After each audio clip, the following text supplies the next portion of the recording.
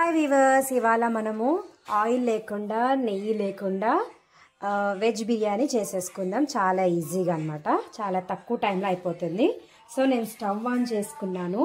Stove on చేసి already on వేసి కొద్ది ఫోన్ వస్తే మాట్లాడితే డిలే అయింది. సో మళ్ళీ ఆన్ చేసుకుంటున్నా. సో ఆల్రెడీ వేడిగానే ఉంది. ఇదిగోండి, ఇవి హోల్ బిర్యానీ మసాలా అనమాట. చూసుకోండి ఒక్కసారి. మొగ్గ, లవంగాలు, ఇలాచి అన్నీ ఉన్నాయి. సో జస్ట్ ఇవి అలా అలా లైట్గా ఫ్రై చేసుకుందాం. ఇప్పుడు 1 by 1 అన్నీ వేసేసుకుందాం అన్నమాట. కట్ చేసిన పచ్చిమిర్చి అండ్ కరివేపాకు, ఆనియన్స్. చాలా ఈజీ అండి. మనం వేరే బౌల్స్లో అయితే చేసుకోలేము. మనం సర్జికల్ స్టీల్లో చేస్తున్నాం కాబట్టి వితౌట్ ఆయిల్, వితౌట్ గీ మనకు మంచిగా టేస్టీగా వస్తుంది.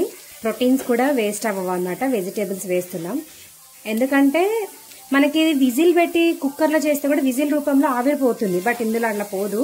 సో వీటి ప్రోటీన్స్ అన్నీ మనకే వచ్చేస్తాయి. సో ఆలు యాడ్ చేసుకుందాం. అలాగే బీన్స్ కూడా అన్నమాట. బీన్స్కి మనము అండ్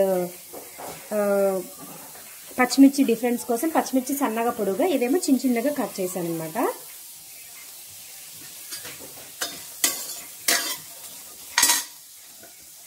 ఇందులోనే నేను కొంచెం క్రిస్టల్ సాల్ట్ యాడ్ చేసుకుంటున్నాను అనమాట. తొందరగా ఫ్రై అవుతుంది. మీకు తగినంత సాల్ట్ వేసుకోండి. నేను 2 గ్లాస్ రైస్ తీసుకున్నా. 2 గ్లాస్కి 4 గ్లాస్ వాటర్ కూడా రెడీగా పెట్టేసుకున్నా. మీకు ఇది కొంచెం ఇది అవ్వగానే రైస్ కూడా ఇందులో వేసి వాటర్ వేసి మూత పెట్టేసుకోవడమే. సో ఇందులోనే రైస్ కూడా యాడ్ చేసేసుకుందాం. రైస్ కూడా ఇలా యాడ్ చేసుకున్నాం కదా. నేను యాక్చువల్గా ఈ గ్లాస్తో 2 గ్లాస్ రైస్ తీసుకున్నా. సో 4 గ్లాస్ వాటర్ యాడ్ చేసేసుకుంటున్నాను అనమాట. ఆల్రెడీ ఒక గిన్నెలో నేను ఇలా పోసి పెట్టుకున్నా. సో డైరెక్ట్గా ఇలా వాటర్ వేసేసుకోవటమే. మీకు సాల్ట్ తగినంత వేసేసుకోండి. చాలా తొందరగా కుక్ అయిపోతుంది అనమాట. నేను ఆల్రెడీ ఇందులోనే మనం ఇదివరకు పాతకాలంలో ఎప్పుడైనా ఎగ్స్ ఉడకబెట్టాలి అంటే రైస్లో ఉడకబెట్టేవాళ్ళు మన అమ్మలు కానీ అమ్మమ్మలు కానీ అట్లా. సో నేను ఇక్కడ ఆల్రెడీ వాటర్లో ఎగ్స్ పెట్టాను కదా. సో ఇవి తీసేసుకొని నీట్గా వాష్ అయిపోతుంది అనమాట. 1 by 1 పెట్టేసుకుంటాను. సో మంచి నీట్గా వాటర్లో కడిగి పెట్టుకున్నాం కదా. ఎగ్స్ అన్నీ ఇలా మునిగేలాగా ఇందులో పెట్టేసుకుందాం. రైస్ అయ్యేలోపు ఎగ్స్ కూడా బాయిల్ అయిపోతాయి అన్నమాట.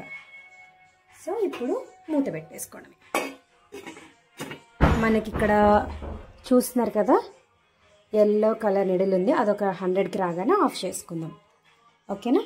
ఈలోపు మనము రైతా ప్రిపేర్ చేసుకుందాం. ఇక్కడ చూడండి, మనకి 100 కూడా దాటేసింది. స్టవ్ కట్టేసుకుందాం. కానీ స్టవ్ ఆఫ్ చేసిన వెంటనే మనం మూత తీయొద్దు. ఒక 2-3 మినిట్స్ వెయిట్ చేయాలి. వెయిట్ చేసి మూత తీసుకుంటే మగ్గిపోద్ది.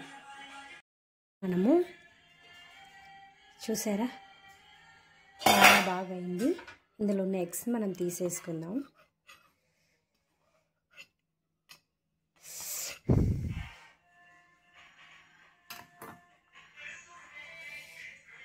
సో ఎగ్స్ అన్ని ఇట్లా సపరేట్ చేసుకున్నాం.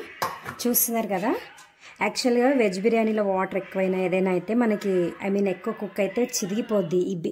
ఈ వెజిటేబుల్స్ కూడా చిరిగిపోతాయి కదా, మనకి పర్ఫెక్ట్ కుక్ అవుతుంది అన్నమాట. టేస్ట్ బాగుంటుంది. అట్ ద సేమ్ టైం మనకి ప్రోటీన్స్ అండ్ మినరల్స్ కూడా సేఫ్ అనమాట.